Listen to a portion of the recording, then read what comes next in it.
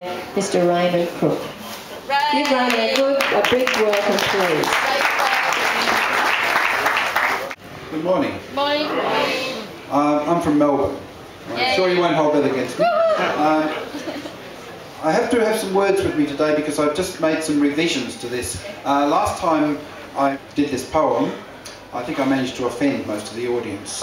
So much as I hate censorship, I've made a few changes so that hopefully I'll only offend about half of you today. It's some thoughts about the importance of being politically correct. You know that dirty story that's currently doing the rounds? If you try to pass it on, you'll be on very shaky grounds. These days, any kind of humour seems to be out of bounds. All jokes you must reject. You can't draw a caricature in case it offends. You must beware and never dare upset our Muslim friends. You better get on the bandwagon and follow the latest trends. You have to be politically correct. You can't make fun of Irishmen. You can't make fun of Jews. And don't laugh at the feminists, you've got too much to lose. They'll always let you speak your mind, so long as you share their views. And don't say you've been henpecked. An anatomically compact bloke should never be called a dwarf. You can say he's vertically challenged, but never say he's short. Call a differently weighted person fat and you might end up in court. You have to be politically correct. If a bloke comes up to you and invites you to play, you can't call him a poofter and send him on his way. You homo is a no-no, but it's okay to say he's gay.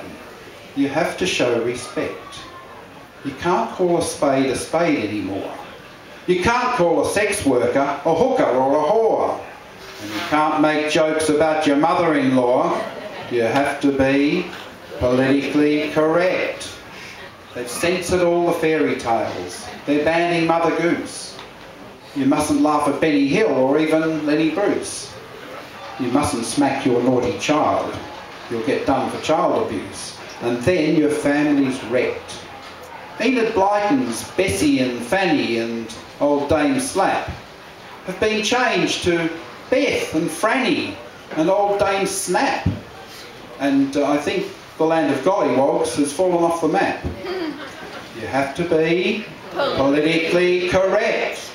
Sometimes Mother Nature is very hard to please. Environmental issues can bring a business to its knees. So stop your global warming and go out and hug some trees. This pollution must be checked. Endangered whales and sharks are disappearing from the seas. But if we try to save the whale, we'll offend the Japanese. And shark's fin soup at a banquet is important for Chinese. You have to be politically correct. 16-year-old Zeren had a boyfriend to her shame. Her father stabbed the girl to death to save the family's name. The judge said he's a Muslim, so that mitigates the blame. What else would you expect? Allow for cultural differences is a song you'll learn to sing. And though equality for women is a very worthy thing, we must allow for cultures where the man is like a king. You have to be politically correct. You can't assume that others share the beliefs that you hold dear. You can't say Merry Christmas or even Happy New Year. And if you make a nativity scene, you'll be thrown out on your ear. Christianity's just a sect. The safest thing to do is to sit firmly on the fence. Don't be so bloody sensitive, so quick to take offence. Have a sense of humour and have some common sense. Do you have to be politically correct? Thank you.